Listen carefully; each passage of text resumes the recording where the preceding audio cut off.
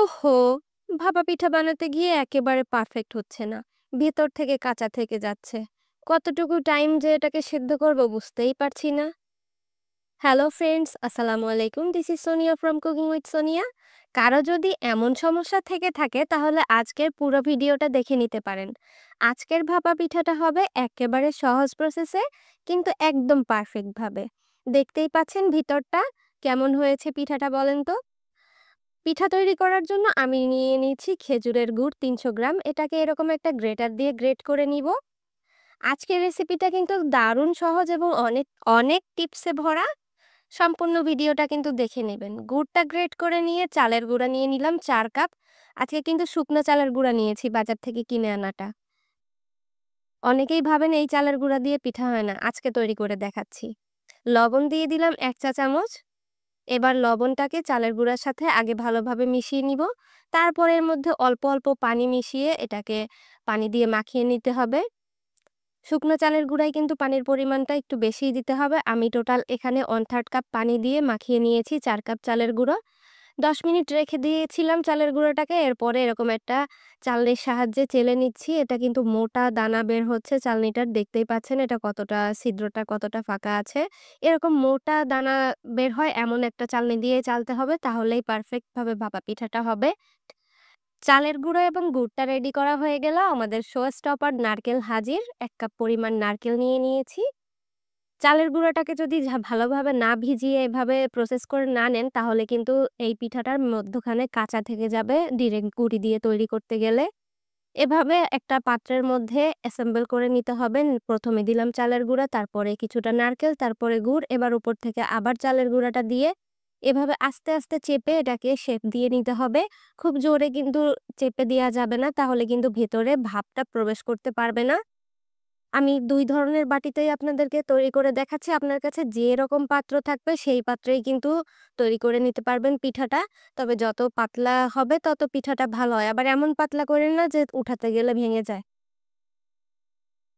দোকানের পিঠাগুলো কিন্তু একটু বেশিই পাতলা থাকে। তাই বাসায় কিন্তু তার থেকে সামান্য একটু ভারী করবেন যাতে আমরা একটু গুড়টা বেশি দিতে পারি। যত বেশি গুড় দেয়া হয় পিঠাটা খেতে তত ভালো লাগে। এই যে আমাদের আরেকটা উপকরণ চলে এসেছে, নেটের ব্যাগ। যেকোনো ফল কিনলে, মিষ্টি কিনলে পেয়ে যাবেন। ফ্রি পেয়েছি তাই সেটা ব্যবহার করে নিচ্ছি। আপনাদের কাছে যদি না থাকে তাহলে যেকোনো একটা টিস্যু কাপড় ব্যবহার করতে পারেন। আবার টিস্যু ব্যবহার করেন না, পাতলা কাপড় ব্যবহার করেন। পানি গরম হয়ে গেলে পানিতে ভাপ ওঠা যখন শুরু করবে তখন এরকম একটা চালনি দিয়ে চালনির উপরে এভাবে পিঠাটাকে বসিয়ে একটা টোকা দিবেন। এরপরে এই ছাঁচটাকে তুলে ফেলবেন। ব্যাস, দেখতেই পাচ্ছেন আমাদের পিঠাটা কত পারফেক্ট ভাবে সেট হয়েছে। এখন ঢাকনা দিয়ে ঢেকে ২ মিনিট আমি ভাপ দিব। আর চুলার আঁচটা থাকবে মিডিয়ামে। ভারী একটা ঢাকনা দিয়ে নিতে হবে যাতে ভাপটা বের হয়ে না যায় আশপাশ থেকে। একেবারে ২ মিনিট ঘড়ি ধরে দেখে আমি পিঠাটাকে তুলে নিব। এই ২ মিনিট যদি গরম পানির ভাপটা ওঠে প্রপারলি, দেখবেন পিঠার উপর আঙুল দিয়ে চাপ দিলে পিঠাটা ভাঙছে না। তার মানে পিঠাটা হয়ে গেছে। আর যদি ভেঙে যায় তাহলে বুঝবেন ভিতর থেকে কাঁচা রয়ে গেছে। দ্বিতীয় পিঠাটাও তৈরি করে নিচ্ছি। পানির ভাপটা যেন একবারে উঠতেই থাকে, আবার পানিটা যেন তল থেকে শুকিয়ে না যায় সেটা খেয়াল রাখবেন। একটা পিঠা তৈরি করে আমি আপনাদেরকে ভেঙে দেখাচ্ছি, দেখুন। পিঠা যদি পারফেক্ট না হতো তাহলে ভিতরের গুড়টা কখনোই গলতো না। এই সেম প্রসেসে আমি বাকি পিঠাগুলো সব তৈরি করে নিচ্ছি। ভাপা পিঠার মূল হচ্ছে চালের গুঁড়োটাকে সুন্দরভাবে রেডি করা। আমার এই পিঠাটা ফেটে গেছে, আবার ভাইবেন না কাঁচা আছে। এটা আমি উঠানোর সময় আমার হাতে চাপ লাগছে। দেখতেই পাচ্ছেন কত সহজে একের পর এক টপ টপ করে পিঠাটা তৈরি করা হয়ে যাচ্ছে। ১০-১৫ মিনিটের মধ্যেই কিন্তু আমার সব পিঠাগুলা তৈরি করা হয়ে গেছে।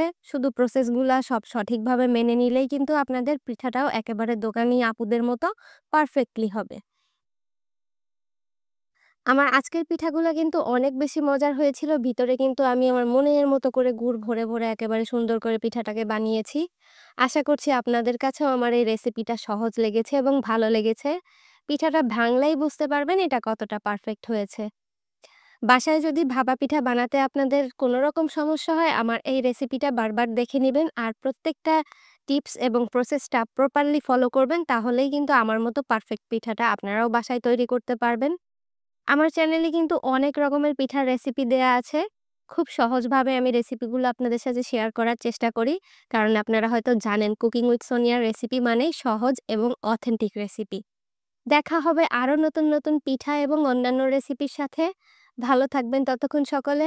আর হ্যাঁ, পিঠার রেসিপিটা কেমন হয়েছে কমেন্টসে কিন্তু জানাতে ভুলবেন না। আল্লাহ হাফেজ। আসসালামু আলাইকুম।